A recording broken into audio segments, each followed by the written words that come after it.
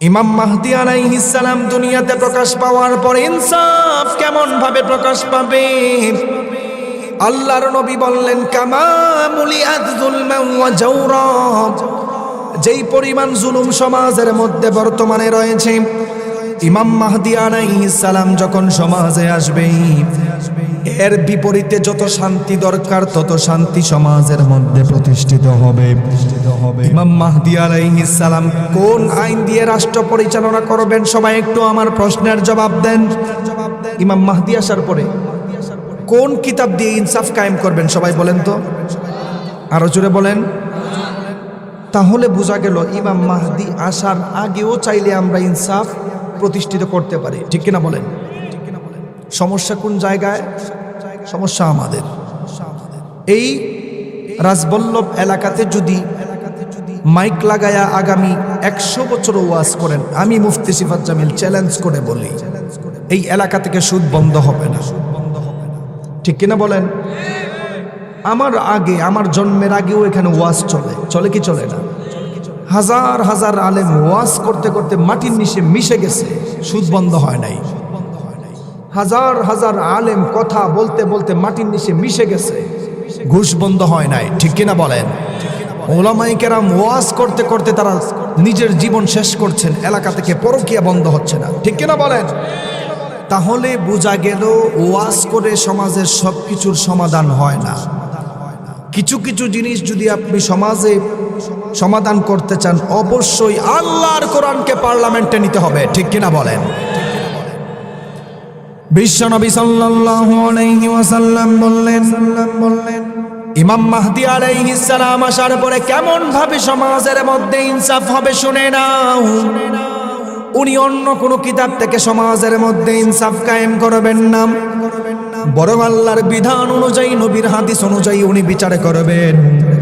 আমাদের সমাজের অধিকাংশ নেতা রয়েছে, তাদের দিকে আপনি তাকায় দেখবেন, রাতের বেলায় যদি 10,000 টাকা দেওয়া হয়, তাহলে নির্দোষ মানুষকে পরের দিন সকাল বেলায় দোষী বানায়া জেলে ঢুকায়, আর দোষী মানুষদেরকে নির্দোষ বানায়া মানুষদেরকে সমাজের মধ্যে চড়ায় দেয়। এমন আছে না নাই? বিশ্বনবী সাল্লাল্লাহু আলাইহি ওয়াসাল্লামের জামানায় আহাম্মাতহুমুল মারআতুল মাখজুমিয়াতুল্লাতী সারাকাত, নবীর জামানায় এরকম একটা ঘটনা ঘটছে।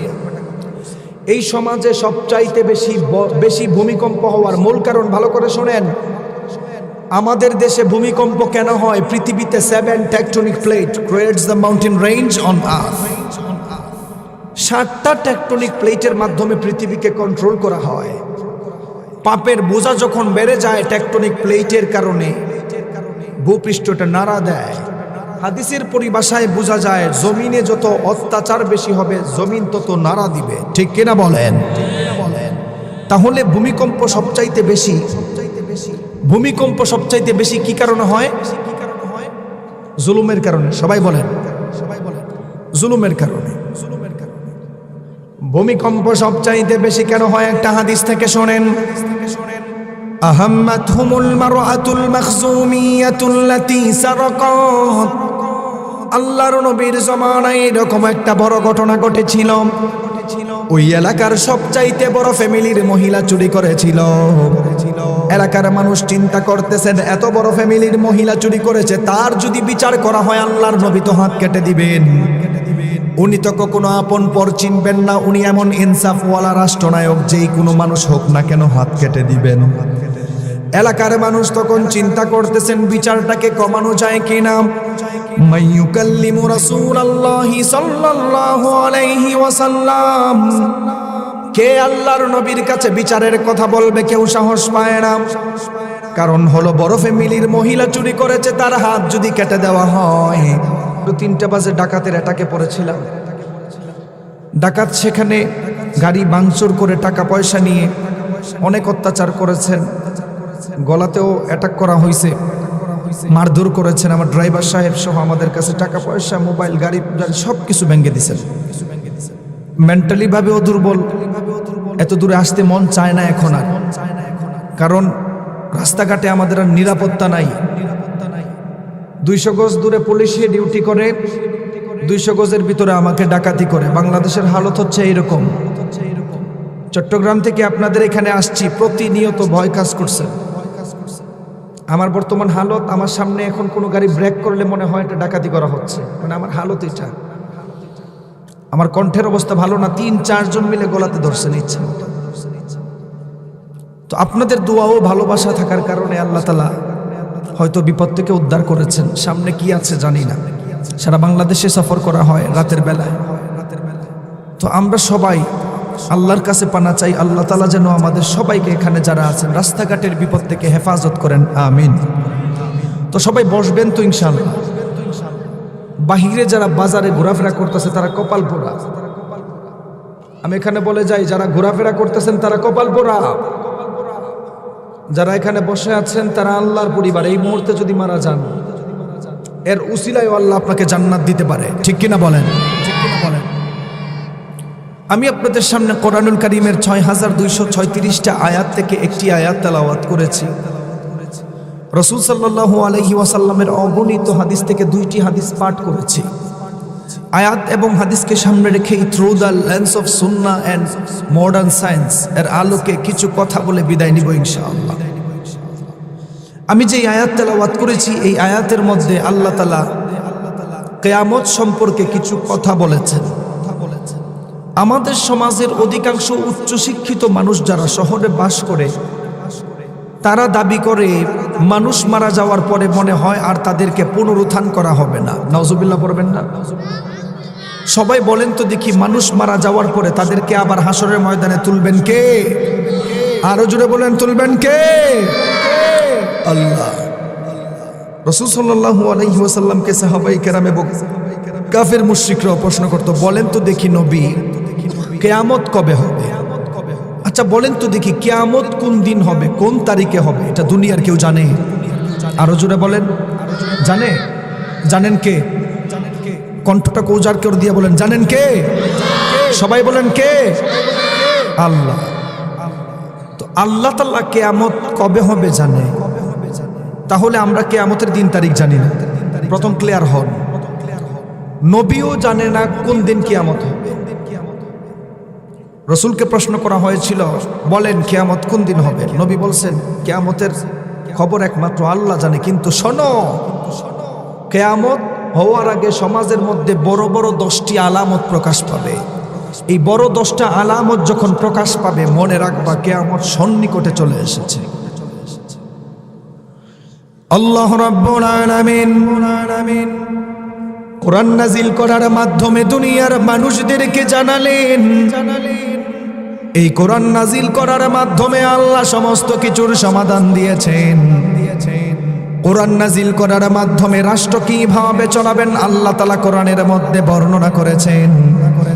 সমাজ কিভাবে চালাবেন আল্লাহ কোরআনের মধ্যে বর্ণনা করেছেন। আপনার ওয়াইফকে কিভাবে চালাবেন আল্লাহ বর্ণনা করেছেন।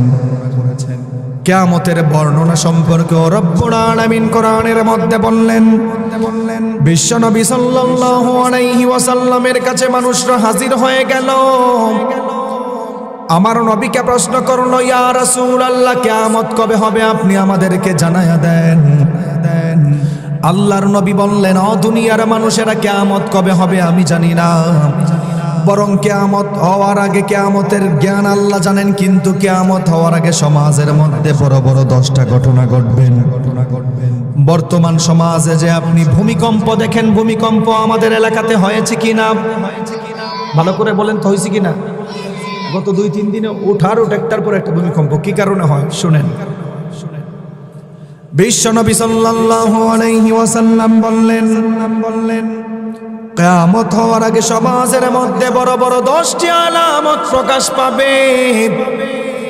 একদিন সাহাবায়ে কেরাম এইভাবে কথা বলতেছিলেন, এমন সময় বিশ্বনবী সাল্লাল্লাহু আলাইহি ওয়াসাল্লাম হাজির হয়ে গেল। আমার নবী সাহাবায়ে কেরামদেরকে বললেন, মা তাযাকারুন, কি বিষয়ে তোমরা সবাই মুযাকারা করো, কি বিষয়ে তোমরা কথা বলতেছিলে, আপনি জানলে অবাক হবেন। এমন সময় সাহাবায়ে কেরাম নবীর প্রশ্নের জবাবে বললেন, ইয়া রাসূলুল্লাহ, নাহনু নাযকুরুস সাআ, ওগো আল্লাহর নবী, আমরা কিয়ামত সম্পর্কে কথা বলতেছি। এমন সময় আল্লাহর নবী বললেন, ইন্নাহা লান তাকুমা হাত্তা তারাউনা ক্বাবলাহা 10 আয়াত, ও সাহাবায়ে কেরাম 10টি বড় বড় আলামত যতদিন পর্যন্ত সমাজে প্রকাশ না পাবে ততদিন পর্যন্ত কিয়ামত হবে না। 1 নাম্বার আল্লাহর নবী বললেন ফাযাকারাদ দুখান, দ্বিতীয় নাম্বার আল্লাহর নবী বললেন ওয়াদ দাজ্জাল, তৃতীয় নাম্বার ওয়াতুলু আশ-শামসি মিন মাগরিবিহা, সূর্য যতদিন পশ্চিম দিকে উদিত না হবে ততদিন কিয়ামত হবে না, ততদিন কিয়ামত হবে না। আল্লাহর নবী 10টা বর্ণনা সুন্দর করে বলেছেন। 10টা বর্ণনা আপনাদের সামনে আলোচনা করতে গেলে অনেক সময়ের প্রয়োজন। আপনাদের সামনে আমি বিশেষ বিশেষ বড় 3টা আলামত নিয়ে কথা বলবো, যেই 3টা আলামত নিয়ে আমাদের মানুষ এখন গাফেল হয়ে আছে। বিশ্বনবী বললেন কিয়ামত ততক্ষণ পর্যন্ত হবে না যতক্ষণ না পর্যন্ত দুনিয়ার মধ্যে ইমাম মাহদী আলাইহিস সালাম না আসবেন, যতক্ষণ পর্যন্ত না ইমাম মাহদী আলাইহিস সালাম খেলাফত কায়েম না করবেন। কিয়ামত ততক্ষণ পর্যন্ত হবে না যতক্ষণ পর্যন্ত দাজ্জালের ফিতনায় মানুষরা না পড়বে। কিয়ামত ততক্ষণ পর্যন্ত হবে না যতক্ষণ পর্যন্ত দাব্বাতুল আরদ দুনিয়ার মধ্যে না আসবে। তাহলে আজকে আমরা মূল 3টা বিষয় জানবো। 1 নাম্বার হলো দুনিয়ার মধ্যে ইমাম মাহদী আলাইহিস সালাম আসবেন। আপনি জানলে অবাক হবেন, আমাদের সমাজের মধ্যে এমন কিছু বন্ড এখন রয়েছে, নিজেকে ইমাম মাহদী দাবি করে, নিজেকে আবার সাথে সাথে নবী দাবি করে, এমন বন্ড আছে না নাই? আরো জোরে বলেন, আছে। আমাদের সমাজের মানুষ ইমাম মাহদী সম্পর্কে একদম টোটালি গাফেল। শোনেন, ইমাম মাহদী এবং দাজ্জাল আসার আগে দুনিয়ার পরিস্থিতি কি হবে, সমাজের পরিস্থিতি কি হবে, মিলান আপনার ঘরের সঙ্গে মিলে যাবে আজকে। বিশ্বনবী সাল্লাল্লাহু আলাইহি ওয়াসাল্লাম যখন ইমাম মাহদী আলাইহিস সালাম সম্পর্কে সাহাবায়ে কেরামদেরকে জানালো, সাহাবায়ে কেরাম আমার নবীকে বলল, ইয়া রাসূলুল্লাহ, ইমাম মাহদী আলাইহিস সালাম আসবেন, সমাজের মধ্যে খেলাফত কায়েম করবেন, কোন জমানার মধ্যে ইমাম মাহদী আসবে? আসলেও তো আমাদের জানার দরকার আছে ইমাম মাহদী আলাইহিস সালাম কোন জমানার মধ্যে আসবেন। বিশ্বনবী সাল্লাল্লাহু আলাইহি ওয়াসাল্লাম জানালো, ইয়াখরুজু ফি আখিরি উম্মতি আল মাহদী, ইমাম মাহদী আলাইহিস সালাম আমার উম্মতের শেষ জমানার উম্মতদের মধ্য থেকে আসবে। তাহলে 1 নাম্বার জানলাম ইমাম মাহদী আলাইহিস সালাম শেষ জমানার উম্মত থেকে জন্ম নিবে। এরপরে আরেক সাহাবী প্রশ্ন করেছিল, ইয়া রাসূলুল্লাহ, ইমাম মাহদী আলাইহিস সালাম যদি শেষ জমানার উম্মত থেকে বের হয়ে যায় তাহলে ওনার ফ্যামিলির বংশ স্ট্যাটাস কেমন হবে, উনি কোন বংশ থেকে বের হবেন? আপনাদের আমাদের বিশেষ করে জানার দরকার আছে ইমাম মাহদী কোন বংশ থেকে হবেন। জোরে বলেন ঠিক কি না? ইমাম মাহদী কোনো সলিমুল্লাহ কলিমুল্লাহর ঘর থেকে আসবে না। কোনো পাকিস্তানি ম্যাচ চালক যদি নিজেকে ইমাম মাহদী দাবি করে, আমরা কি তাদেরকে মানব? আরো জোরে বলেন। তাহলে বাংলাদেশেও দেখা যায় কিছু কিছু মানুষ নিজেকে ইমাম মাহদী দাবি করবে সময়ে সময়ে, দেখবেন আপনারা। বিশ্বনবী সাল্লাল্লাহু আলাইহি ওয়াসাল্লাম বললেন ইমাম মাহদী আলাইহিস সালাম শেষ জামানার মধ্যে প্রকাশ পাবে। এরপরে যখন প্রশ্ন করলো, ইয়া রাসূলুল্লাহ, ইমাম মাহদী আলাইহিস সালাম কোন বংশ থেকে বের হবে? ইমাম মাহদী আলাইহিস সালাম যেন তেন কোনো বংশ থেকে বের হবেন না, বরং ইমাম মাহদী আলাইহিস সালাম কোন বংশ থেকে বের হবেন আল্লাহর নবী হাদিসের মধ্যে মানুষদেরকে জানালো। বিশ্বনবী সাল্লাল্লাহু আলাইহি ওয়াসাল্লাম বললেন, আল মাহদী মিন ইতরাতি মিন আওলাদি ফাতিমা, ইমাম মাহদী আলাইহিস সালাম আমার বংশধর থেকে বের হবে এবং ফাতেমা রাদিয়াল্লাহু তাআলা আনহার নসল থেকে বের হবে। সুবহানাল্লাহ বলেন, সুবহানাল্লাহ বলেন। আচ্ছা, ইমাম মাহদী কোন বংশ থেকে বের হবে বলেন? হ্যাঁ, আমার কথা বুঝেন নাই? আমার আলোচনা একাডেমিক সিস্টেম, শিক্ষণীয় বিষয়। শুধু সুরের তালে চলে গেলেন, সকালে কি ওয়াজ হলো না বললেন, এই ওয়াজের দরকার নেই। বলেন কোন বংশ থেকে আসবে? নবীর বংশধর থেকে, ফাতেমা রাদিয়াল্লাহু তাআলা আনহার বংশ থেকে। সুবহানাল্লাহ বলেন। এরপর সাহাবায়ে কেরাম যখন প্রশ্ন করলেন, ইয়া রাসূলুল্লাহ, ইমাম মাহদী আলাইহিস সালাম যদি ফাতেমা রাদিয়াল্লাহু তাআলা আনহার বংশ থেকে বের হয়, তাহলে ওনার বাবা মার নাম কি হবে? আপনি তো চিন্তা করবেন, সলিমুল্লাহ কলিমুল্লাহর ছেলে যারা আছো, ভণ্ডামি করার জায়গা পাও না, নিজেকে ইমাম মাহদী দাবি করা, বরং ইমাম মাহদীর বাবা মার কেমন হবে? বিশ্বনবী সাল্লাল্লাহু আলাইহি ওয়াসাল্লাম বললেন, ইমাম মাহদী আলাইহিস সালামের মায়ের নাম কেমন হবে শুনে নাও। ইমাম মাহদী আলাইহিস সালামের বাবার নাম কেমন হবে শুনে নাও। আল্লাহর নবী বললেন, ইউআতিউ ইসমুহু ইসমি ওয়াসমু আবি ইসমা আবি। ইমাম মাহদীর বাবার নাম হবে আমি নবী মুহাম্মদ সাল্লাল্লাহু আলাইহি ওয়াসাল্লামের বাবার মতো। ইমাম মাহদী আলাইহিস সালামের মায়ের নামটাও হবে আমার নবীর মায়ের নামের মতো। আর ইমাম মাহদী আলাইহিস সালামের নাম ইমাম মাহদী নয়, ইমাম মাহদী আলাইহিস সালামের নাম হবে আমার নবীর নামের মতো, আহমদ এবং মুহাম্মদ। সুবহানাল্লাহ, সুবহানাল্লাহ। ইমাম মাহদী, মাহদী শব্দের শাব্দিক অর্থ হচ্ছে সুপথ প্রাপ্ত, সুপথ দেখানোওয়ালা, কিন্তু ওনার নাম হবে আহমদ এবং মুহাম্মদ। সুবহানাল্লাহ পড়বেন না? তাহলে এক নাম্বার, ইমাম মাহদী ফাতেমা রাদিয়াল্লাহু তাআলা আনহার বংশ থেকে আসবে। দ্বিতীয় নাম্বার, ইমাম মাহদী আলাইহিস সালাম এর বাবার নাম নবীর বাবার নামের মতো হবে। ইমাম মাহদী আলাইহিস সালামের মায়ের নাম নবীর মায়ের নামের মতো হবে। সুবহানাল্লাহ পড়েন। এরপরে যখন আমার নবী বললেন, ভালো করে দিলেন কান লাগায় শোনো, ইমাম মাহদী আলাইহিস সালামের দৈহিক গঠন কেমন হবে? আপনিও তো প্রশ্ন করতে পারেন, ও হুজুর, ইমাম মাহদী আলাইহিস সালামের চেহারা কেমন হবে, বডি কেমন হবে, বডিটা কেমন হবে? বিশ্বনবী বললেন, আল মাহদিয়ু মিন্নি আজলাল জাবহাতি আকনাল আন। ইমাম মাহদী আলাইহিস সালামের কপালটা অনেক চওড়া হবে, নাকটা উঁচু হবে, দেখতে আমার নবীর মতো হবে। আপনি যদি বলেন, হুজুর, ইমাম মাহদী আলাইহিস সালামকে আমরা চিনব কিভাবে? আমাদের জমানায় যদি ইমাম মাহদী আলাইহিস সালাম দুনিয়াতে জন্ম নেয়, তাহলে ওনার তো চিনার কিছু কোয়ালিটি আমাদের জানার দরকার আছে না নাই? এক নম্বর, আল মাহদিয়ু মিন্নি আজলাল জাবহাতি আকনাল আনফ, কপাল চওড়া হবে, তার নাক উঁচু হবে। আল্লাহর নবী বলেন, শোনো, ইমাম মাহদী এমন নেতা হবে, নিজেকে কখনো নেতা দাবি করবে না, মানুষরা আল্লাহর কুদরতে তাকে চিনবে। সুবহানাল্লাহ বলেন। তাহলে বোঝা গেল, সমাজের মধ্যে ভালো নেতা যারা নিজেকে প্রকাশ করে না তারা, ঠিক কিনা বলেন?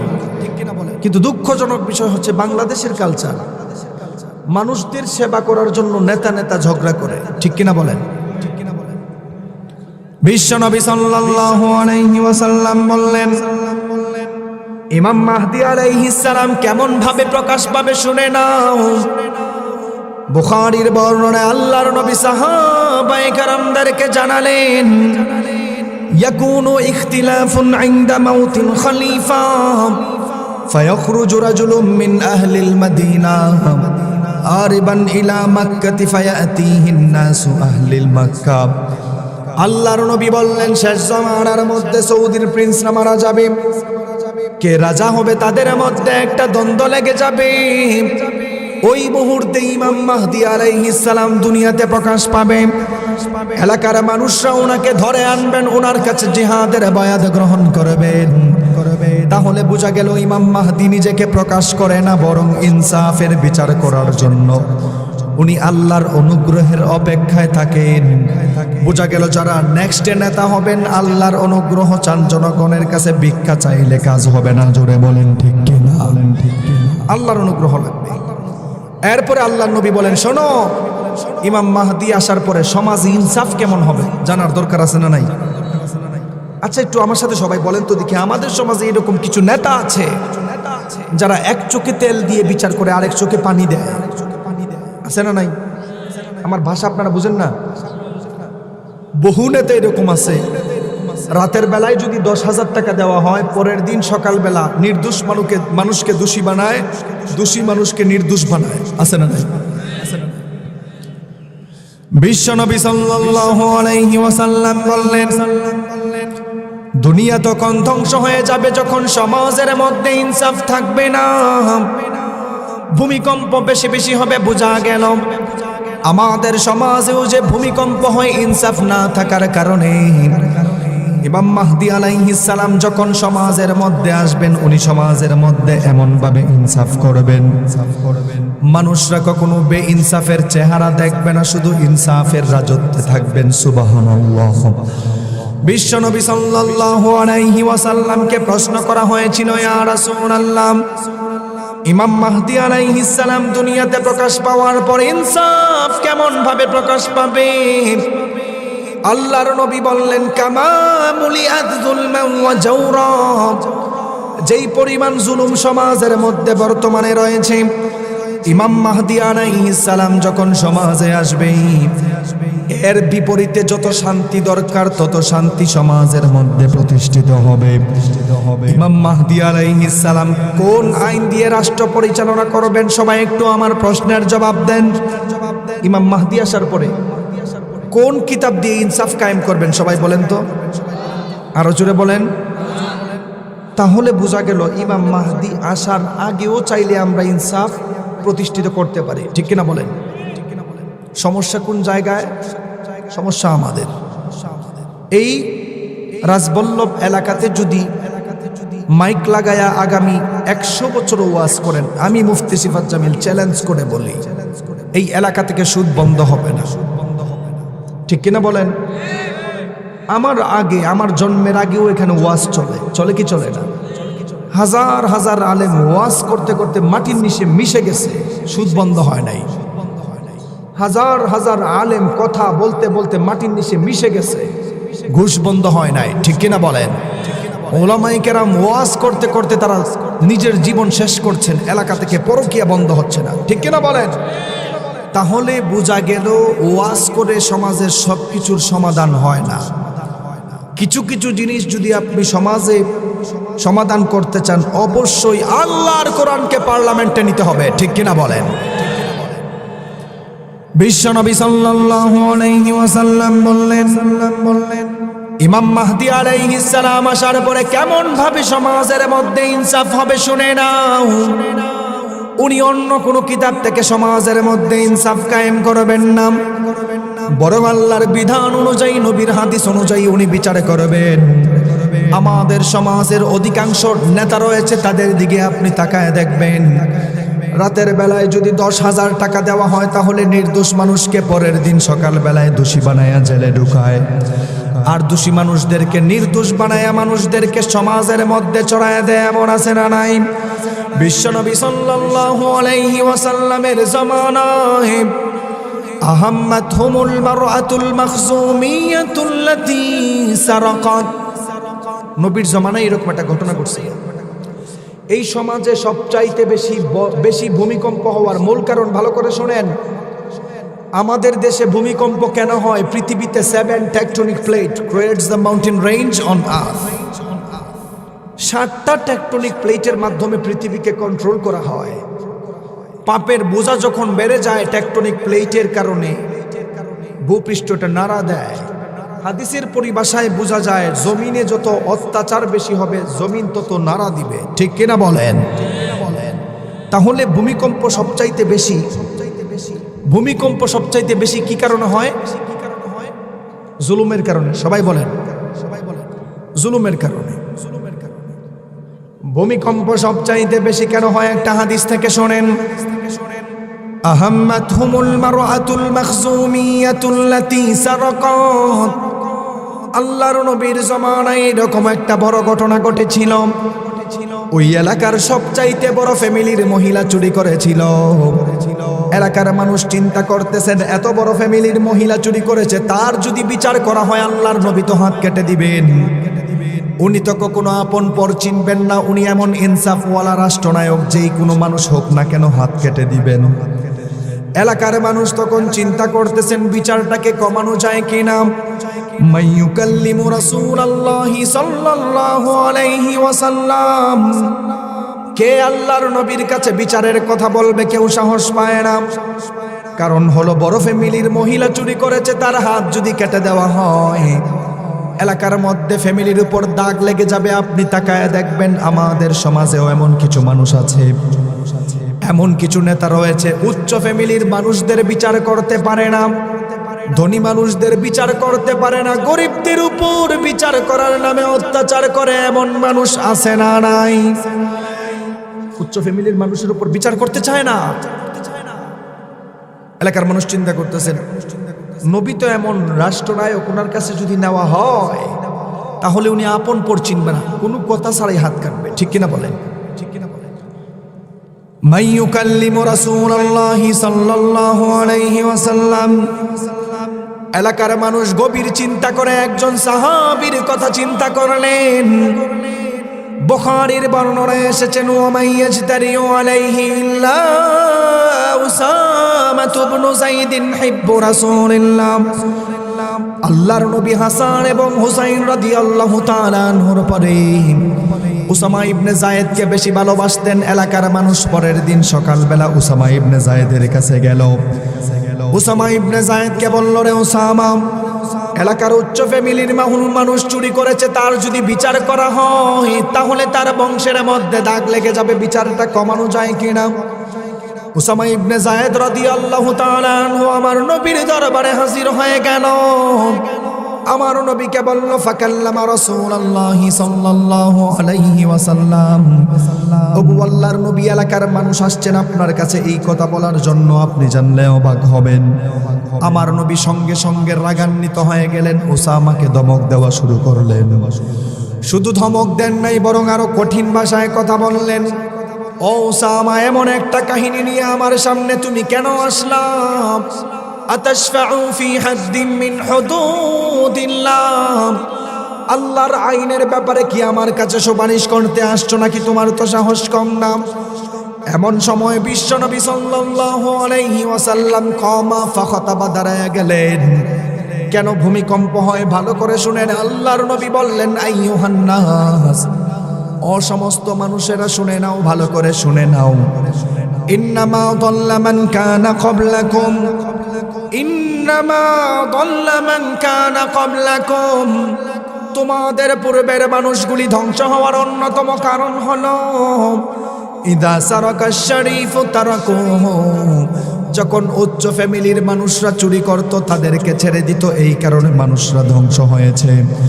ও ইদা সারাকা দাঈফু ফীহিম আকামু আলাইহিল হাদ্দা। দরিদ্র মানুষরা চুরি করত, তাদের বিচার করত।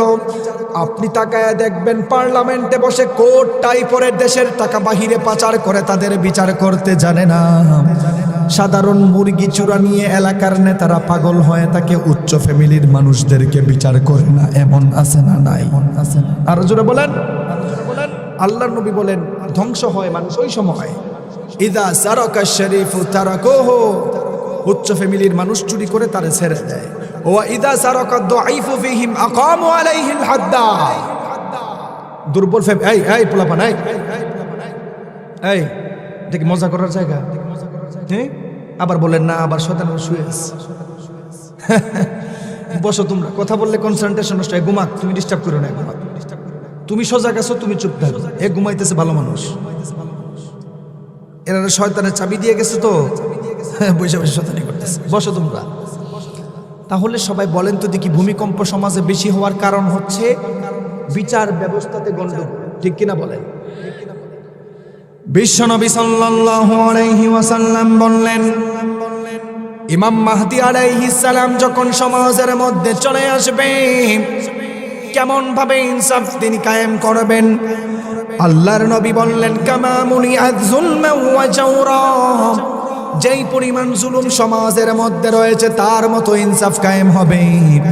আল্লাহর নবী বলল, যখন উম্মত তখন ধ্বংস হয়ে যাবে, যখন বিচার কার্য নিয়ে দোদুল্লাহ করা হবে। এরপরে আল্লাহর নবী বললেন, ওয়াইমুল্লাহ, আল্লাহর কসম, আল্লাহর কসম, লাউ আন্না ফাতিমাতা বিনতা মুহাম্মাদিন সাল্লাল্লাহু আলাইহি ওয়াসাল্লাম। এলাকার মানুষ ভালো করে শুনে নাও, আমার নবী সেদিন বলেছিল, আল্লাহর কসম, আমি নবীর মেয়ে ফাতেমাও যদি সারাকাত লাকাতা মুহাম্মাদুন ইয়াদাহা। আমি নবীর মেয়ে ফাতেমাও যদি আজ চুরি করতো তার হাত কেটে দিতাম। সুবহানাল্লাহ বলেন, সুবহানাল্লাহ বলেন। বিচার নিয়ে গেছেন উচ্চ ফ্যামিলির মানুষ, এর যদি হাত কাটেন তার চৌধুরী ফ্যামিলির উপর দাগ লেগে যাবে। চৌধুরী বাড়ির মানুষের বিচার নাই, এরকম সমাজের প্রথা আছে না নাই? এরকম বহু জালেম আছে। বড় ফ্যামিলির মানুষ মানুষদেরকে অত্যাচার করে, তাদের বিচার এলাকার নেতা যখন না করতে পারবে সমাজের মধ্যে ভূমিকম্প আসবে। কারোর বাপের ক্ষমতা নাই ঠেকানোর, ঠিক কিনা বলেন, ঠিক কিনা বলেন। এরপরে আল্লাহর নবী বললেন, দিলের কান লাগায় শুনে নাও, ইমাম মাহদী আলাইহিস সালাম যখন সমাজের মধ্যে ইনসাফ করবেন, কেমন ভাবে ইনসাফ করবেন, মানুষ সেদিন আফসোস করবেন, হায় রে দুনিয়া, যেই দুনিয়ার লোভের কারণে আমি আমার আপন ভাইয়ের জায়গা নিজের নামে লিখে নিলাম, আজকে সেই জায়গা দখল করার মতো কেউ নাই। যেই চোররা সেদিন আফসোস করতে থাকবেন, হায় রে, রাষ্ট্রের টাকা আমি আমার নিজের ধন সম্পদ বানিয়েছি, এলাকার মানুষের ধন সম্পদ আমি চুরি করেছি, আজকে তো কোনো ধন সম্পদ নেওয়ার কেউ নাই। এত পরিমাণ সমাজে ইনসাফ থাকবে, জাকাত দেয় নেওয়ালা কোনো লোক, আপনার জাকাত খাওয়া নেওয়ালা কোনো লোক থাকবে না। অর্থাৎ এত শান্তি থাকবে, মাল পরে থাকবে। চোর বলবেন এই মাল চুরি করার কারণে হাত কাটছে, আজকে এটা নেওয়ার মতো কেউ নাই। হায় রে দুনিয়া, আপন বোনের জায়গা বড় ভাই আত্মসাৎ করে কি করে না? আপনাদের এলাকায় নাই? থাকলে জোরে বলেন। যারা ওয়াজ শুনতেছেন, কোরআন হাদিসের কথা বলতে গেলে যদি কোনো জালেমের বিরুদ্ধে যায়, আমার দেখার টাইম নাই, ঠিক কিনা বলেন। কোরআন হাদিসের ওয়াজ করতে গেলে যদি এলাকার সমস্ত সুদকুররা রেগে যায়, আমার দেখার সময় নাই। কোরআন হাদিসের কথা বলতে গিয়ে যদি কোনো জালেমের উপর পড়ে, এটাও কোনো ব্যাপার না, ঠিক কিনা বলেন, ঠিক কিনা বলেন। বিশ্বনবী সাল্লাল্লাহু আলাইহি ওয়াসাল্লাম বললেন, যেই সমস্ত মানুষরা সমাজের মধ্যে জুলুম করেছিল, ইমাম মাহদীর জমানায় তারা আফসোস করবেন। আপনি প্রশ্ন করবেন, ও হুজুর, ইমাম মাহদীর জমানা কত বছর থাকবে? এটা আমাদের জানার দরকার আছে না নাই? ওনার শান্তি কতদিন থাকবে? ওনার খেলাফত হাদিসের মধ্যে আসছেন, ইয়ামলিকু সাবআ সিনিন, 7 বছর বা 9 বছর। সুবহানাল্লাহ বলবেন না? এর শান্তির মুহূর্তেই আল্লাহ তাআলা দাজ্জাল নামক ফিতনা সমাজে, দাজ্জালের ফিতনা সমাজে আসার আগে সমাজ গ্লোবাল ভিলেজের আন্ডারে চলে যাবে। দাজ্জাল দুনিয়াতে আসার আগে আপনার মা বোনকে এলাকার মধ্যে উলঙ্গ করে চালাবে। দাজ্জাল সমাজের মধ্যে আসার আগে পুরো পৃথিবীকে কন্ট্রোল করার জন্য মুসলিম জনসংখ্যা রোধ করবে। উদাহরণ দিয়ে আপনি শোনেন, 1974 সালে ইউনাইটেড স্টেট অফ আমেরিকার সাবেক পররাষ্ট্রমন্ত্রী হেনরি কিসিঞ্জার 200 পৃষ্ঠার একটি থিসিস মিশরে তিনি লেখালেখি করেন। আপনার এলাকার সাথে মিলবে, ভালো করে শোনেন। বিশেষ করে দোকানদার ভাই, এই কথা বাংলাদেশের কেউ বলবে না। যারা ব্যবসা করেন ভালো করে শোনেন। 1974 সালে দাজ্জাল খুব ভয় পায় মুসলিম জনসংখ্যাকে। মুসলিম জনসংখ্যা, মুসলিম শরীফের 2 নম্বর খণ্ড, মুসলিম সানি 2 নম্বর পৃষ্ঠার শেষ দিক দিয়ে হাদিস আসছেন, আন মাকাল ইবনে ইয়াসার রাদিয়াল্লাহু তাআলা আনহু قال তাযাওয়াজুল ওয়াদুদ আল ওয়ালুদ ফাইন্নী মুকাথিরুম বিকুমুল উমামা। তোমরা যাদেরকে বিবাহ করো তার মায়ের বাড়ির বংশ দেখো, কারা বেশি বাচ্চা জন্ম দিতে পারে। যেই মুসলিম উম্মতরা বেশি বেশি বাচ্চা জন্ম দেয়, আমি তাদেরকে নিয়ে হাসরের ময়দানে গর্ব করব। সুবহানাল্লাহ পড়বেন না? এই হাদিস নিয়ে through the lens of Sunnah and modern সায়েন্সের আলোকে যদি আপনি গবেষণা করেন, দেখবেন ইহুদিরা এখন আপনার আমার জনসংখ্যাকে ভয় পায়। মুসলিম জনসংখ্যাকে ভয় পাওয়ার কারণে 1974 সালে জন্ম নিয়ন্ত্রণের নতুন ফাঁদ তৈরি করা হয়েছে। ভালো করে শুনেন, আপনারা তাকায় দেখবেন আমাদের সমাজে বিবাহ হওয়ার পরে নতুন দাম্পত্য যারা বিবাহ করার 7-8 বছর চলে যায়, বাচ্চা হয় না। আছে না না এরকম সমস্যা? 1974 সালে মিশরের কনফারেন্সের মধ্যে ইউনাইটেড স্টেট অফ আমেরিকার পররাষ্ট্র মন্ত্রী হেনরি কিসিঞ্জার 200 পৃষ্ঠার থিসিস লিখেছেন। সেখানে বলেছেন, মুসলিম জনসংখ্যা যদি বেড়ে যায়, শেষ জমানার মধ্যে মুসলিম ধর্মের সাথে অন্যান্য সকল ধর্মের যুদ্ধ হবে, আমরা হেরে যাব। তাহলে কি করা যায়? মুসলিম জনসংখ্যাকে এখনই বন্ধ করতে হবে, জন্ম নিয়ন্ত্রণ করতে হবে। জন্ম নিয়ন্ত্রণ কিভাবে করবে? তারা তাদের কোম্পানির মাধ্যমে জন্ম নিয়ন্ত্রণ করে। আপনি বলবেন কিভাবে? আমাদের বাংলাদেশের মানুষ ইসরায়েলি পণ্য যতদিন বর্জন না করতে পারবেন, ইসরায়েলি খাবার বর্জন যতদিন না করবেন, ততদিন আপনার সন্তান ভালো হবে না। আমার নতুন কথা লাগতেছে তো, একটু অবাক লাগতেছে, শুনেন। আয়োডিন যুক্ত লবণ, ইসরায়েলি পণ্য যেগুলো, এগুলা খেলে মেয়েদের রেহেম জরায়ু ছোট হয়ে যায়। ইসরায়েলি পণ্য, পানি, মিনারেল ওয়াটার, তাদের চাল, ডাল, তেল, এইগুলা যেই সমস্ত দোকানদার জানার পরেও বিক্রি করে, এরা কোন আঙ্গার, ঠিক কিনা বলেন? দ্বিতীয় নাম্বার ধাপ, এত কিছু খাওয়ানোর পরেও যদি কোনো মুসলমানদের বাচ্চা জন্ম হয়, তাদের জন্য দ্বিতীয় নাম্বার ধাপ রেখেছেন ল্যাকটোজেন 1, ল্যাকটোজেন 2, ডিব্বার দুধ। আছে না নাই? কিছু হলে ডিব্বার দুধ খাওয়ান। ইসরায়েলি পণ্য খাওয়াচ্ছেন আর চিন্তা করতেছেন আপনার সন্তান ওমরের মতো হবে না। তারা এমন কেমিক্যাল মিশিয়েছেন, ভিতর থেকে মানুষদেরকে দুর্বল করে দেয়। ইউনাইটেড স্টেট অফ আমেরিকার বিখ্যাত গবেষণাগার পিও, যারা পপুলেশন মানুষ নিয়ে গবেষণা করে, তারা জানিয়েছেন কোরআন হাদিস রিসার্চ করে বর্তমানে ইহুদি খ্রিস্টান এত পরিমাণ মুসলিম হচ্ছে, 2050-60 সাল যদি এটা ধারাবাহিকতা থাকে, তাহলে সারা পৃথিবীর অন্যান্য ধর্মের চাইতে মুসলিম জনসংখ্যা বেশি হবে। সুবহানাল্লাহ বলেন। বিশ্বনবী সাল্লাল্লাহু আলাইহি ওয়াসাল্লাম বললেন, দাজ্জালের ফিতনা দুনিয়ার মধ্যে সবচাইতে বড় ফিতনা। দাজ্জাল দুনিয়াতে আসার আগে মহিলাদেরকে উলঙ্গ করে ফেলবে। আপনি বলবেন, হুজুর মহিলাদেরকে কিভাবে আবার উলঙ্গ করে? আপনি তাকায় দেখবেন আমাদের সমাজের কিছু সুশীল নেতা রয়েছে, ছেলে এবং মেয়েদেরকে সমান অধিকারের নামে রাস্তার মধ্যে নামাতে চায়। এরকম মানুষ আছে না নাই? আছে না নাই? সমান অধিকার। আপনাদের রংপুর শহর অনেক সুন্দর, আমি দেখেছি। রংপুরে যাওয়ার পরে দেখবেন বড় বড় শোরুমের মধ্যে এখন আর পুরুষ পাওয়া যায় না, মোবাইলের দোকানে এখন মেয়েদেরকে রাখতেছে। আছে না নাই? দাজ্জাল আসার সবচাইতে বড় ফাঁদ, মেয়েদেরকে দোকানে দোকানে পাচার করবেন, বাজার করাবেন। দাজ্জাল আসার আগে দুনিয়ার সবচাইতে বড় ফাঁদ হবে ইলেকট্রিক মিডিয়া। যারা খবর শুনেন, নিউজ পড়েন, সেখানের মধ্যে গিয়ে দেখবেন এখন আর আগের মতো পুরুষরা নিউজ পড়ে না, মহিলারা নিউজ পড়ে। আছে না না এরকম? মিশরের বিখ্যাত লেখক ইব্রাহিম দাউদি বলেছেন, অধিকাংশ মহিলাদের নিউজ পড়ার মাধ্যমেও মানুষদেরকে কালো জাদু করা হয়। দাজ্জাল আসার আগে সমাজের মধ্যে কালো জাদুর প্রভাব বেড়ে যাবে। আছে না না এরকম? আমাদের সমাজের অধিকাংশ মানুষ জাদুগ্রস্ত অবস্থায় আছে। একজনের উন্নতি দেখলে আরেকজন মানুষ সেহের করে, জাদু করে পুরো ফ্যামিলিটাকে পাগল বানায় দেয়। আছে না না এরকম? দাজ্জাল আসার আগে সমাজের মধ্যে মহিলারা পর্দা নিয়ে ফাতরামি করবে, ফাজলামি করবে। আমাদের মা বোনরা এখন পর্দা করে, ভালো কথা, কিন্তু পর্দার নামে অশ্লীলতা আরো বেশি বাড়াচ্ছে। ঠিক কিনা বলেন? উদাহরণ দেই, ভালো করে শুনেন। চা দাও, চা দরকার। ভালো করে শুনেন। আমাদের মা বোনরা নতুন একটি স্টাইল শিখছে, হিজাব পরে। ইসলামী হিজাবের বিধান আছে না নাই? আছে না না? একটু জোরে বলেন। হিজাবের বিধান আছে তো? দাজ্জাল আসার আগে হিজাবটাকে নিয়ে ফাইজলামি করা হবে। শোনেন, হিজাবকে পেছাইতে পেছাইতে পেছাইতে উটের কুজের মতো উঁচু করে, এরকম মা বোন আছে না না? আছে না না এরকম? আপনারা কে শিখাইছে হিজাব এত স্টাইল করার জন্য, এত উঁচা করার জন্য? বোরকাকে দিচ্ছেন ফরজ বিধান, আপনি পড়েন, এটাকে টাইট করে এমন ভাবে ফিতনা ছড়ায়, বোরকা ছাড়াই ভালো ছিল। ঠিক কিনা বলেন? তাহলে হিজাবের ঝামেলা বাড়বে।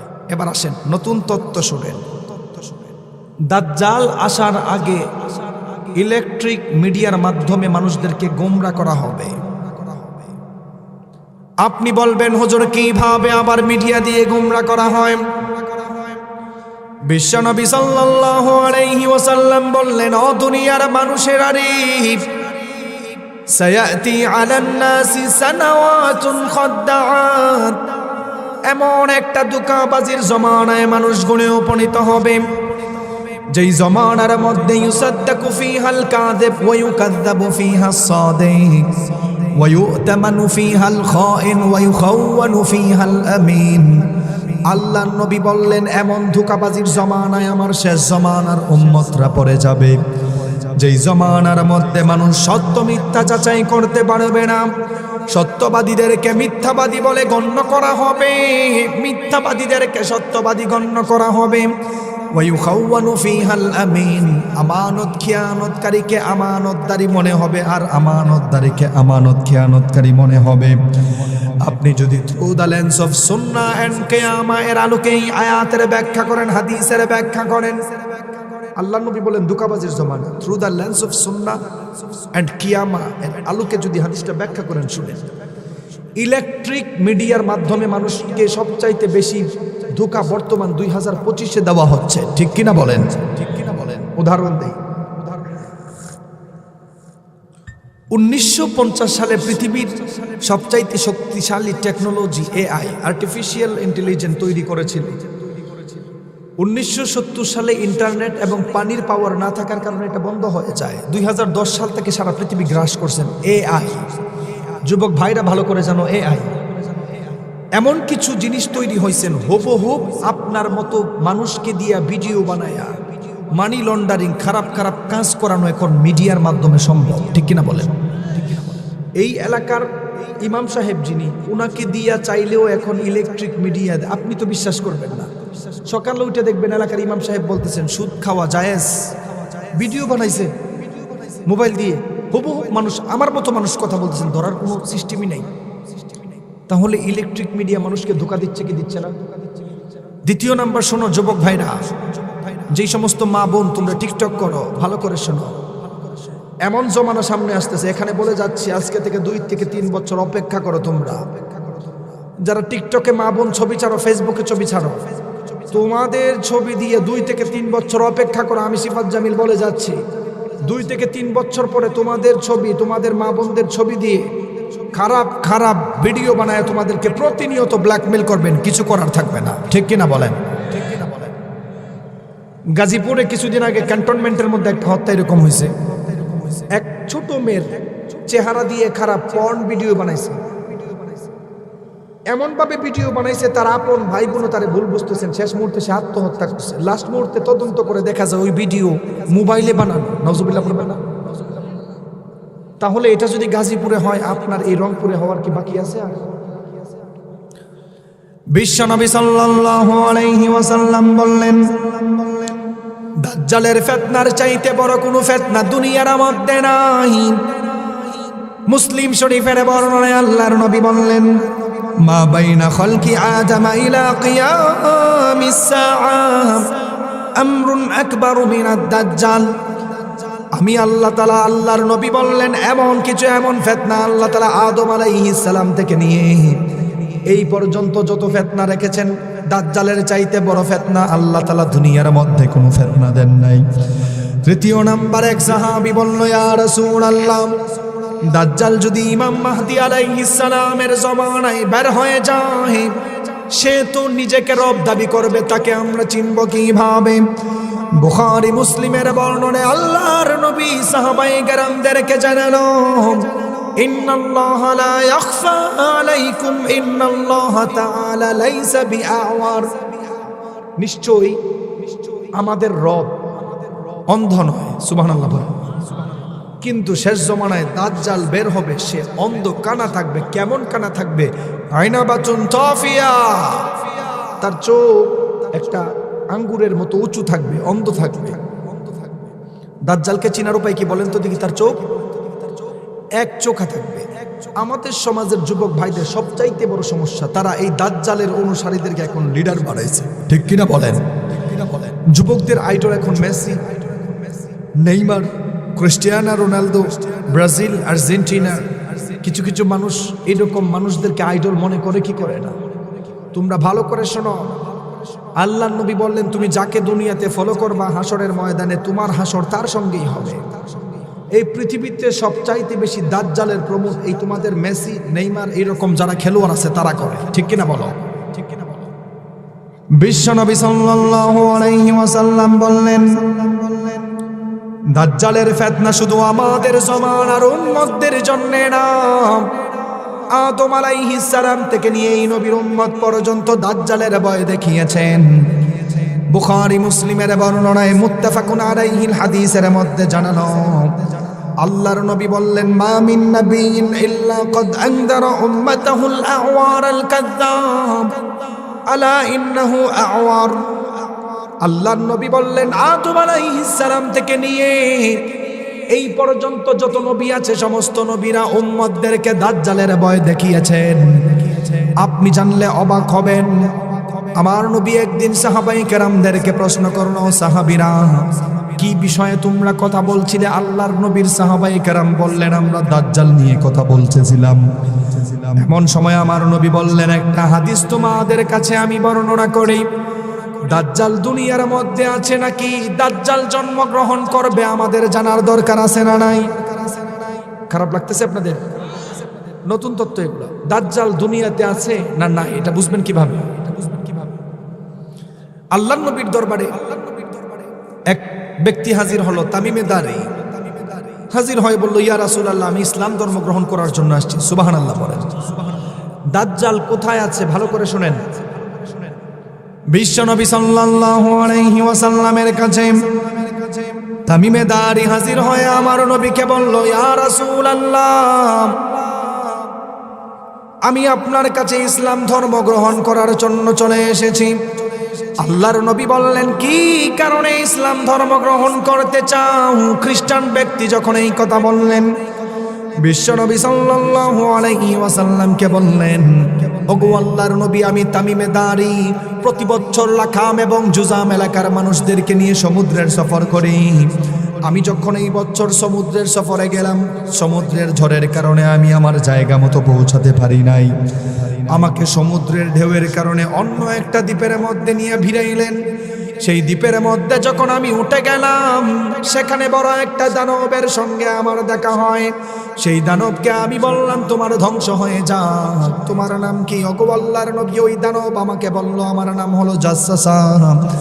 তারপর আমাদের পরিচয় জিজ্ঞেস করলেন। পরিচয় জিজ্ঞেস পাওয়ার পরে বললেন, দ্বিতীয় নাম্বার দ্বীপে চলে যাও।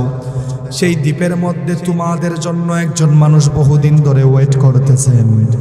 ওগো আল্লাহর নবী, আমি আমার লাখাম এবং জুজাম এলাকার যুবকদেরকে নিয়ে যখন দ্বিতীয় নাম্বার দ্বীপে চলে গেলাম, দ্বিতীয় নাম্বার দ্বীপের মধ্যে একজন দানবকে দেখতে পেলাম। তার হাতটা এইভাবে বাঁধা, ঘাড়ের পিছনে হাতটা উপর করে রেখে হাতটা বেঁধে রেখেছেন। এমন সময় তামিমে দারি দ্বিতীয় নাম্বার দানবকে বলল, দানব তুমি ধ্বংস হয়ে যাও, তোমার নাম কি? আপনি জানলে অবাক হবেন। আল্লাহর নবীর কাছে তামিমে দারি যখন এই কথা বলেছেন, তামিমে দারি বলল, ইয়া রাসূলুল্লাহ, ওই দানবটা সর্বপ্রথম তার পরিচয় আমাকে দেন নাই। ওই দানবটা সর্বপ্রথম তার পরিচয় আমার কাছে দেন নাই। আমাকে সে সর্বপ্রথম 4টা প্রশ্ন করেছেন। 1 নাম্বার প্রশ্ন হলো, তাবারিয়া নদীতে পানি আছে নাকি? আমি যখন বললাম তাবারিয়া নদীতে অনেক পানি আছে, দাজ্জাল তখন বলল, অদূর ভবিষ্যতে আর পানি থাকবে না। দ্বিতীয় নাম্বার প্রশ্ন যখন করলো, যুবক তুমি আমাকে বলো, বাইসান গোত্রের খেজুর গাছে এখন খেজুর ধরে নাকি? ওগো আল্লাহর নবী, ওই দানব এই কথা বলার সঙ্গে সঙ্গে বলছেন, অদূর ভবিষ্যতে বাইসান গোত্রের খেজুর গাছে খেজুর ধরবে না। তৃতীয় নাম্বার প্রশ্ন করলো, যুগার ঝরনায় কি এখনো পানি আছে নাকি? ওগো আল্লাহর নবী, আমি যখন বললাম যুগার ঝরনায় অনেক পানি রয়েছে, দানব তখন বলল, অদূর ভবিষ্যতে সেখানেও পানি থাকবে না। ওগো আল্লাহর নবী, চতুর্থ নাম্বার প্রশ্ন করা হয়েছে, নবী মুহাম্মদ যে সফর করেছেন, হিজরত করেছেন, তাকে কে কে মেনেছে, অর্থাৎ তার সঙ্গে কি ব্যবহার করা হয়েছে?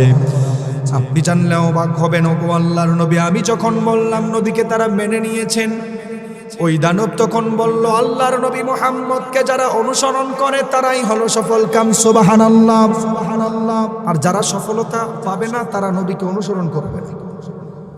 4টা প্রশ্ন করার পর ইয়া রাসূলুল্লাহ হঠাৎ করে আমারে বলে, তুমি জানো আমি কে? আমি হলাম মাসিহুদ দাজ্জাল, যাকে আল্লাহ তাআলা এই দ্বীপের মধ্যে আটকায় রাখছেন। অদূর ভবিষ্যতে আমি তোমাদের সামনে উপস্থিত হব ফিতনা ছড়ানোর জন্য। তাহলে এই হাদিস থেকে বোঝা গেল দাজ্জাল নবীর জমানায় ছিল, ঠিক কিনা বলেন? শুধু দাজ্জাল আসার আগে দুনিয়াটাকে তার কন্ট্রোলে নিয়ে যাবে। কিভাবে তার কন্ট্রোলে নিয়ে যাবে ভালো করে শোনেন। দাজ্জাল মানুষদেরকে এমন লোভ দেখানো শুরু করবে, দাজ্জাল যখন দুনিয়ার মধ্যে প্রথম দিন আসবে, মুমিন ব্যক্তির সঙ্গে দেখা হওয়ার পর মুমিন ব্যক্তিকে বলবে তুই আমাকে রব মান। আপনি জানলে অবাক হবেন, সর্বপ্রথম ওই মুমিন ব্যক্তি রব মানবে না, তাকে কতল করা হবে, হত্যা করা হবে। তখন দাজ্জাল এলাকার মানুষকে বলল, আমি তাকে যদি আবার জীবন দিতে পারি তাহলে তোমরা কি আমাকে রব মানবা কিনা? কিছু কিছু মানুষ বলবেন হ্যাঁ রব মানবো, তুমি যদি জীবন দিতে পারো। আপনি জানলে অবাক হবেন, দাজ্জাল ওই মুমিন ব্যক্তিকে মারার পরেও আবার জীবন দান করবেন। আর মুমিন ব্যক্তির জবাব হবে, এখন আমি আরো ভালো করে ক্লিয়ার হলাম, তুই হলি কানা দাজ্জাল, ঠিক কিনা বলেন? কারণ হাদিসের মধ্যে তো দেখছি দাজ্জাল মানুষ মারার পরে জীবন দেওয়ার ক্ষমতা রাখে।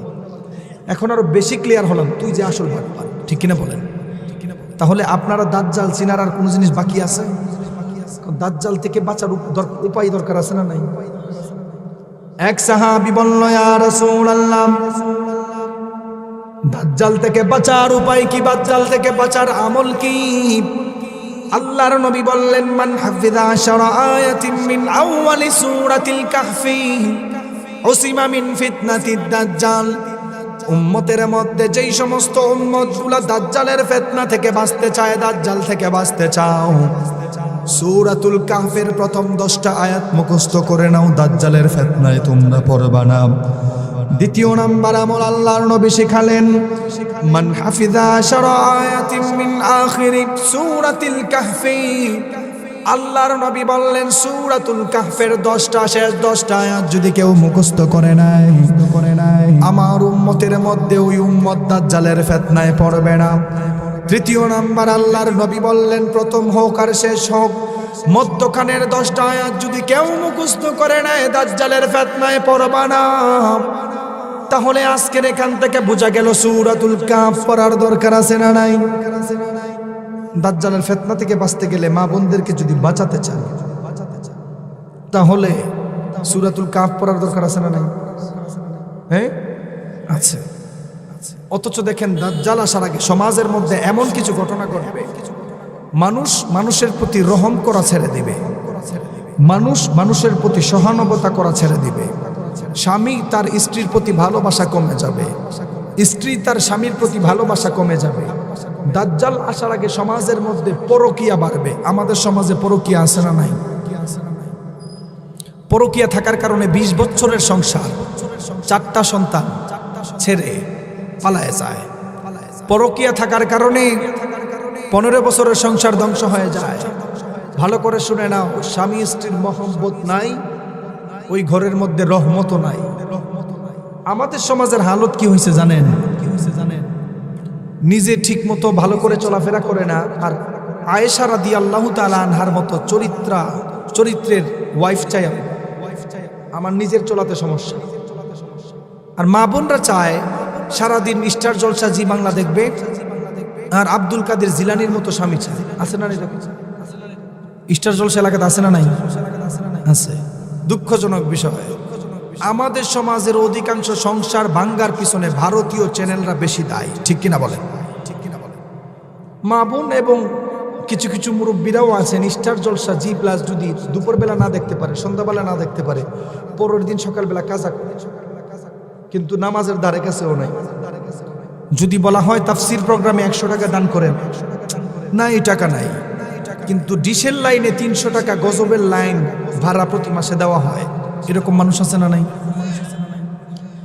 বিশ্বনবী সাল্লাল্লাহু আলাইহি ওয়াসাল্লাম বললেন, ইউশিকু আইয়াতি আলান নাসি জামান, এমন একটা জমানার মধ্যে মানুষগুলো উপনীত হয়ে যাবে, যেই জমানার মধ্যে লা ইয়াবকা মিনাল ইসলামি ইল্লা ইসমুহু, ইসলাম শুধু নামে থাকবে, ইসলাম কাজে থাকবে না। আপনি তাকায় দেখেন আমাদের সমাজের মধ্যে ইসলামটা এখন নামে আছে, কাজে নাই। ওয়ালা ইয়াবকা মিনাল কুরআনি ইল্লা রাসমুহু, কোরআনটা শুধু অক্ষর গুণে থাকবে, মানুষ কোরআন পড়তে চাইবে না। কোরআন শিখতে চাইবে না, কোরআনের বিরোধিতা করে এমন মানুষ আছে না নাই? অথচ রব্বুল আলামিন কোরআনুল কারীমের মধ্যে মানুষদেরকে জানালো, যেই মানুষগুলি এত কিছু জানার পর, কোরআন পাওয়ার পরে কোরআন মানে নাই, নবী রাসূল পাওয়ার পর নবী রাসূল মানে নাই, ওই মানুষটাকে আল্লাহ দুনিয়া এবং আখিরাতের মধ্যে কঠিন 3টা শাস্তি দিবেন। সবাই আমার সাথে জুড়ে বলেন, আল্লাহ তাআলা কয়টা শাস্তি দিবেন? 1 নাম্বার আল্লাহ তাআলা বললেন সূরাতুত তাহা এর 124 থেকে 26 নাম্বার আয়াতে বললেন, ওয়ামান আ'রাদা আন যিকরি ফাইন্না লাহু মাঈশাতান দুনকা ওয়া নাহশুরুহু ইয়াওমাল কিয়ামাতি আ'মা قال رب لم حشرتني أعمى وقد كنت بصيرا। আল্লাহ তাআলা এই আয়াতের মধ্যে বললেন, শোনো, ওয়ামান আ'রাদা আন যিকরি ফাইন্না লাহু মাঈশাতান দানকা, যেই মানুষগুলি দুনিয়ার মধ্যে কোরআন পাওয়ার পরে কোরআনকে মানে নাই, নবী রাসূল পাওয়ার পরে নবী রাসূলদেরকে মানে নাই, আল্লাহ তাআলা ওই মানুষটাকে দুনিয়াতে সুখ শান্তি দিবে না। 2 নাম্বার শাস্তি হলো, ওই মানুষটা যখন মারা যাবে কবরে রাখার সঙ্গে সঙ্গে কবরটাকে সংকীর্ণ করে ফেলা হবে। 3 নাম্বার শাস্তি সম্পর্কে আল্লাহ বললেন, ওয়া নাহশুরুহু ইয়াউমাল কিয়ামাতি আ'মা, তাদেরকে অন্ধ অবস্থায় লাঞ্ছিত করা হবে। তাহলে কি বুঝলেন? কোরআন পাওয়ার পরে কোরআন না মানলে দুনিয়াতে শান্তি নাই, আখিরাতেও শান্তি নাই, অন্ধ অবস্থায় সেই মানুষ অন্ধ অবস্থায় হাজির হয়ে বলবেন, আল্লাহ অন্ধ অবস্থায় কেন তুললেন? আপনি তো ওয়াকাদ কুনতু বাসীরা, চোখ দিছিলেন দুনিয়া, আপনি যে চলেন আপনি তো জানেন না চোখ কত বড় নিয়ামত। দুনিয়াতে চলার জন্য আল্লাহ তাআলা ব্রেইনে আমাদেরকে 86 বিলিয়ন নিউরন দিয়েছে। কত বিলিয়ন বলেন তো দেখি? 86 বিলিয়ন নিউরন। 86 বিলিয়ন নিউরন কেমনে বুঝাই আপনাদেরকে? বাংলা হিসাব বুঝাই। প্রতি সেকেন্ডে 1, 2, 3, 4, 5 সেকেন্ড গেল কি গেল? এইভাবে যদি আপনি 1 বিলিয়ন নিউরন প্রতি সেকেন্ডে একটা একটা করে গণেন, তাহলে আপনার জিন্দেগি থেকে 1 বিলিয়ন নিউরন গণতে গেলে 32 বছর চলে যাবে। সুবহানাল্লাহ পড়বেন। 3 বিলিয়ন নিউরন গণতে গেলে আপনার জিন্দেগি থেকে 96 বছর লাগে। সাধারণ 3 বিলিয়ন নিউরন গণতে গেলে যদি 96 বছর চলে যায়, 86 বিলিয়ন নিউরন গণতে গেলে কতবার জন্ম নিতে হবে চিন্তা করে না। আপনার এই মাথার ব্রেইনের মধ্যে আল্লাহ এই রকম ম্যাগনেট দিয়েছেন। আপনাকে চলার জন্য আল্লাহ তাআলা স্পাইনাল কর্ড দিয়েছেন, ব্রেইন থেকে জোড়া দিয়েছেন, মোটা মোটা রড, সারা শরীর কন্ট্রোল করে। আমি যে কথা বলি আপনাদের সামনে, আমাদের ব্রেইনের একটা নিউরন নাম হচ্ছে এক্সচেঞ্জ সেন্টার। আমি যে কথা বলতেছি আমার ব্রেইনের এক্সচেঞ্জ সেন্টার কিন্তু গরম হচ্ছে প্রচুর পরিমাণ। আপনি যে কথা শুনতেছেন আপনার ব্রেইনের একটা নিউরন কাজ করতেছেন, কাজ করার কারণে এটা হিট হয়, এটা ইঞ্জিন চললে হিট হয় কি হয় না? হচ্ছে। আধুনিক মেডিকেল বিজ্ঞান, মেডিকেল সায়েন্সের দাবি অনুযায়ী মানুষের ব্রেইনের নিউরন যদি গরম হয়ে যায়, এক্সচেঞ্জ সেন্টার গরম হয়ে যায়, তাহলে কেউ যদি ঠিকমতো মুসলিম ধর্মের নামাজের ব্যায়াম অনুযায়ী 5 ওয়াক্ত নামাজ স্থিরতার সহিত পড়ে, ওই মানুষটার অটোমেটিক নিউরনগুলি ঠান্ডা হয়ে যায়। সুবহানাল্লাহ বলবেন না? তাহলে through the lens of Sunnah and modern সায়েন্সের আলোকে যদি আপনি আয়াত হাদিস গবেষণা করেন, নতুন কিছু বের হবে কি হবে না? একটা ইতিহাস আপনাদেরকে বলি। বিশ্ববিদ্যালয়ে থাকা অবস্থায় আমি আল খালিক ওয়া ইলমুল কাউনিয়াত, স্রষ্টা ও সৃষ্টি তথ্যের উপর থিসিস লিখেছি। থিসিস করার সময় আমি মুসলিম সিভিলাইজেশন নিয়ে যখন লিখতে যাই, তখন পাকিস্তানের বিখ্যাত ডক্টর মাজেদ-জামান উসমানির এক থিসিস আমি লিখেছি। পাকিস্তানের বিখ্যাত ডক্টর মাজেদ-জামান উসমানি, উনি ইউরোপের একটা ইউনিভার্সিটিতে ফিজিওথেরাপির উপর শিক্ষা নেওয়ার জন্য গিয়েছেন। সেখানে যাওয়ার পরে উনি ইহুদি বড় বড় ডক্টর স্মিথ অ্যান্ড্রিস, চার্লস ফাকনার, ওনাদের কাছে শিখতে গিয়েছেন। সেখানে সারা পৃথিবীর বিভিন্ন ধর্মের মানুষ যায়, তাদের অক্সিপিটাল লবের সমস্যা, ফ্রন্টাল লবের সমস্যা, স্পাইনাল কর্ডের সমস্যা, কোমরের সমস্যা, হাঁটুর ব্যথা মানুষের আছে না নাই? কষ্ট লাগতেছে আপনাদের? পাকিস্তানের বিখ্যাত ডক্টর যখন দেখেন চার্লস ফাকনার, স্মিথ অ্যান্ড্রিস, এদের কাছে কোমরের ব্যথা, ব্রেইনের রক্ত উচ্চচাপ কমানোর জন্য যায়, তাদেরকে ইহুদি খ্রিস্টানরা নামাজের ব্যায়াম শিক্ষা দেয়। সুবহানাল্লাহ পড়বেন না? 2025 সালে আসার পরে বর্তমান মেডিকেল সায়েন্সও দাবি করে কোনো মানুষ যদি সত্যিকারের 5 ওয়াক্ত নামাজের মতো নামাজ পড়ে স্থিরতার সহিত, খুশু খুজুর সহিত, তাহলে 17 থেকে 18 প্রকারের রোগ থেকে মানুষ মুক্তি থাকবে। নামাজের দরকার আছে না নাই? আরো জোরে বলেন। তো যেই কথাগুলি বলছি, দেখেন আমি খুব অসুস্থ, আমি কথা বলতে খুব কষ্ট হচ্ছে, কণ্ঠের অবস্থা যে কিরকম আপনারা বুঝতেছেন। আয়াতও পড়তে পারতেছি না, সব বের হয়ে যাচ্ছে, অটোমেটিক হাওয়া হয়ে যাচ্ছে। এতটুকু যেই কথা বলছি এতক্ষণ পর্যন্ত 3টা বিষয় শিখলাম। কয়টা বিষয়? 1 নাম্বার, ইমাম মাহদি আলাইহিস সালাম কোন জমানায় আসবেন? শেষ জমানায়, শিখে রাখেন। 2 নাম্বার, কোন বংশ থেকে আসবেন? ফাতেমা রাদিয়াল্লাহু তাআলা আনহার বংশ থেকে আসবেন। 3 নাম্বার, ওনার বাবার নাম কি হবে? আমার নবীর বাবার নামের মতো হবে। ওনার মায়ের নাম কেমন হবে? আমার নবীর মায়ের নামের মতো হবে। ইমাম মাহদির নাম কি হবে? আহমদ এবং মোহাম্মদ আমার নবীর নামের মতো হবে। সুবহানাল্লাহ। ইমাম মাহদি দেখতে কেমন হবে? আজলাল জাবহাতি আকনাল আনফ, কপালটা চৌড়া হবে,